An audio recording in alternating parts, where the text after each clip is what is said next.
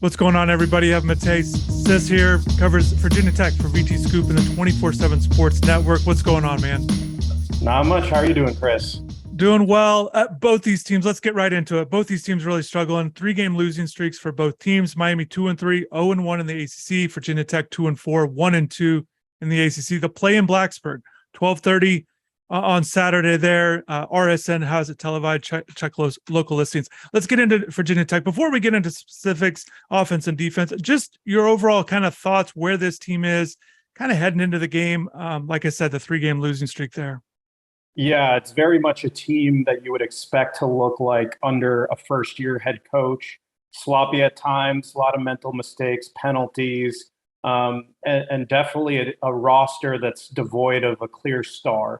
And when you look at Virginia Tech, especially on offense, they're trying to figure it out. They have a quarterback that they brought in through the transfer portal in Grant Wells out of Marshall. He's had an up and down season so far, about a 60% completion percentage, 6 touchdowns, 7 interceptions, very average by those numbers. A running game that hasn't quite figured it out, and a receiving core that's looking for a couple options to help the quarterback out. Defensively is where you would expect Brent Pry to make a lot of his strides coming as the defensive coordinator from Penn State. And they look like a decent unit. They're good against the run, although last week they gave up what was a historic performance against Pittsburgh. And then they're pretty sound against the pass too. So it's still a team looking for an identity, solid defense, about a top 40 defense, and an offense that's just looking for a way right now.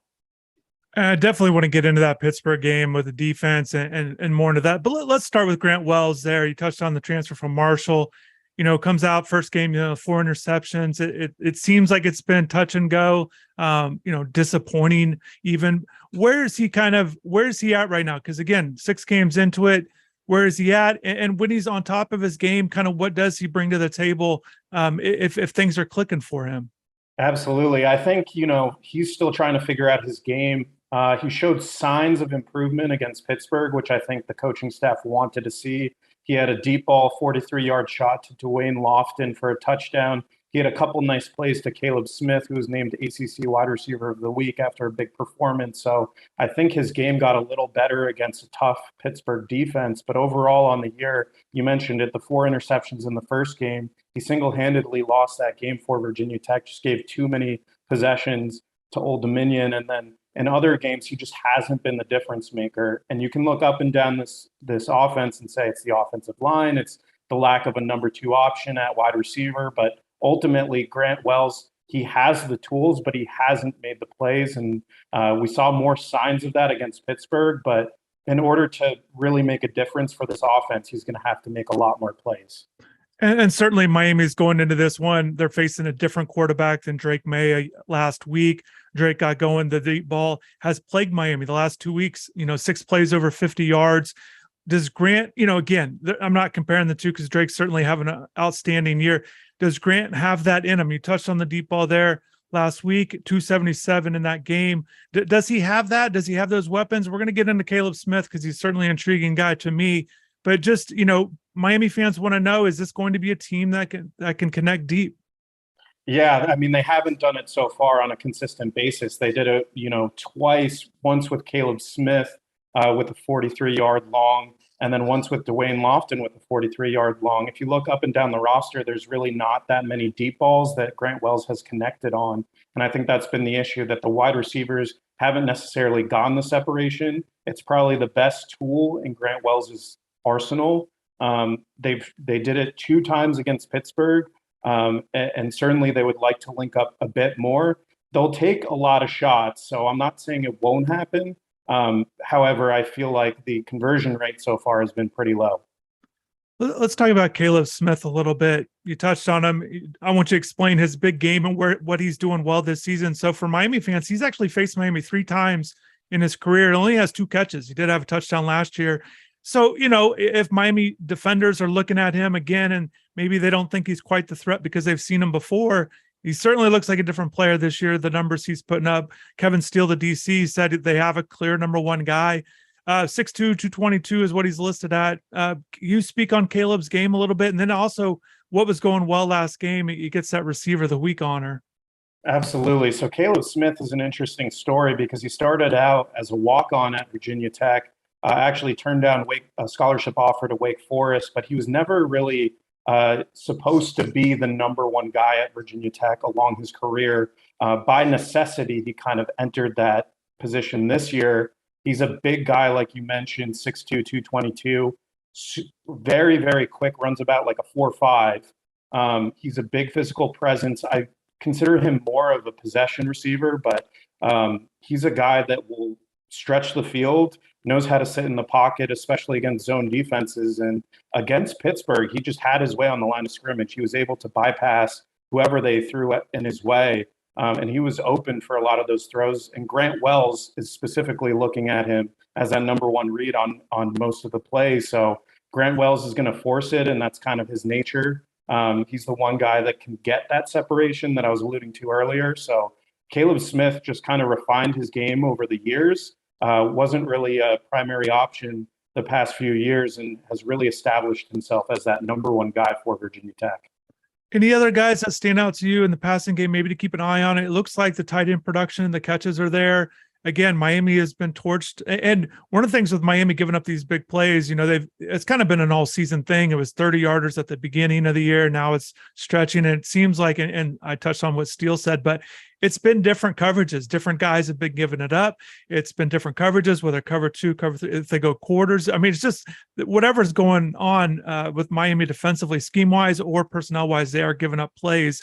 But are there other guys to kind of watch for that kind of possess a threat there for the Hokies? Yeah, Virginia Tech is still looking for a solidified number 2, but they definitely have options. Jaden Blue's a Temple transfer. 2 seasons ago, he had 1,000 yards at Temple. He's a guy that's kind of been struggling because of injury, only has 8 catches on the year, but when he's made those catches, they've looked pretty good. Nick Gallo, the tight end, 19 receptions on the year. And then there's been a young guy, true freshman, Daquan Wright. He's only played the last 2 games. He's only played about 30 snaps per game, but he's already made 9 catches for 78 yards, and they're looking for ways to get him involved. He's 6'4", 225 pounds, runs a 4.6. He's just an athletic weapon that, for whatever reason, they were hoping to redshirt him, but through necessity, they put him on the field, and he's just been making plays. So he's kind of the guy I'm looking at to get a bigger role, especially in this game, where he can become that matchup problem alongside Caleb Smith. With the running game, I definitely am very curious to get your take on this because, I look, again, from afar, Keyshawn King looks like a guy, certainly that opener. I know he was kind of dealing with some things, but he's a guy from Florida, played at Oakleaf. He was actually a freshman when former Miami linebacker Shaq Quarterman was a senior. So he's definitely been around. Another guy, essentially like Caleb, he's played against Miami, but not produced, but certainly looks like, I don't know, it looks like he's got some skills there. But I know his carries have been down since that opener, but maybe talk about him and the running game in general. Because obviously any team wants to get things going, have that balanced attack. Yeah, absolutely. And Virginia Tech has really struggled running the football. It starts with the offensive line. They just haven't been able to push the pile and get guys open. Keyshawn King, obviously a guy that's super talented. He's a big home run play for Virginia Tech.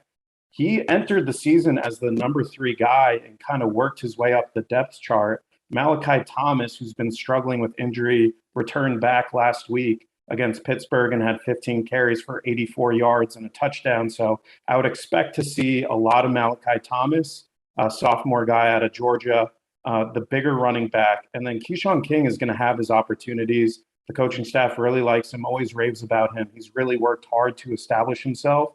But right now he's the number 2 guy in the rotation. So I would expect a heavy dosage out of those 2. So with the run, let's talk about what happened last week. Look, Miami wants to run the ball. Offensive coordinator Josh Gaddis has made that clear, even though they got going almost 500 yards through the air last game. Gaddis came out and said that's too many pass attempts. They want to be able to run the ball. They feel like you've got to have a championship caliber team. If you want to, you got to be able to run the ball. So Miami, even though they had success through the air and a loss, I think they still want to get back to the run. It's not worked out the last couple of weeks. They struggled in the goal line, but I'm sure they're really looking at what happened with Pittsburgh and Abanikanda. going for 320 and 6 touchdowns. What happened? What went wrong in that one? Yeah, I mean, it's kind of a interesting effort by Virginia Tech's run D that's been so good this year. They've been able to slow down a lot of top guys, but it seemed in this game it was either Virginia Tech was stopping him at the line or he was ripping off an 80-yard run. And so if you look at the rushes, I think he had 36 rushes or something of the sort. Most of those, went for about like a 3-yard gain. However, it was the explosive plays, guys coming around the edge and coming up the field too much. They've really struggled with the will linebacker spot where they've rotated 3 guys. And it seemed that Pittsburgh was really trying to attack the outside of this Virginia Tech defense, and they succeeded on a lot of home run plays. And then you look at the offensive line for Pittsburgh, and there were reps where Pittsburgh was just so much more physically dominant than the Virginia Tech defense in just one-on-one reps. So it was a combination of things, but certainly, not a performance to be proud of for Brent Pry and this defense, giving up an historic effort for 320 yards and 6 touchdowns. Virginia Tech leads the ACC third down conversions as a defense, 6th nationally. What's working on third down? And Miami, again, their offense kind of sputtering at times.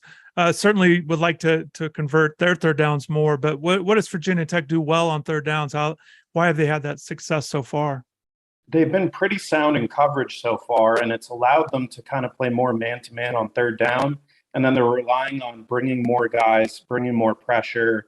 It is a pressure-based defense. They haven't quite gotten there a lot on the defensive line on its own, but bringing the linebacker core into it on third down, really being able to be good against the run on first and second down has helped them on third down as well. And, like I said, Miami had that big passing game. They're hoping they can, be consistent in there, although they want to get back to the run. But how would you kind of evaluate Virginia Tech's pass defense so far this year?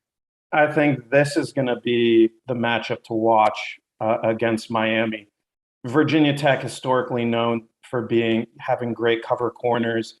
This year is no different. However, Dorian Strong, the number 1 cornerback for Virginia Tech, is currently out due to injury, and that's shuffled things along in the back end. Armani Chapman, the number 2, also struggling with injury. He's playing. And then there's other guys like Breon Murray, who's more of a nickel guy that's been forced to the boundary. And then they're relying on true freshmen out there. So that they've been sound. Last week, they weren't really exposed for not having Dorian Strong, their top guy, because of the running effort of Pittsburgh. But I think when you look at what Miami is able to do in the passing game, it's going to be a lot of learning experiences on the fly for the Virginia Tech defense that has otherwise this season been pretty good in pass coverage. So it's certainly going to be interesting. Miami's won 4 of the last 5 in the series, including the last 2. But Blacksburg's known for its home environment. What do you expect? And this always becomes interesting when teams start to slide a little bit, whether it's fan interest not quite being there as much, but it kind of seems like, what are you expecting with the environment there, that 12:30 kickoff there on Saturday? Yeah, it's very interesting because in seasons past under Justin Fuente, the previous head coach, if Virginia Tech were in the same position, the stadium would be almost empty. Not talking about the 67,000, more like, 50,000, but so not empty on that front. But so far, the fan base has really supported Brent Pry and his program. They've been patient. They understand this is going to take time.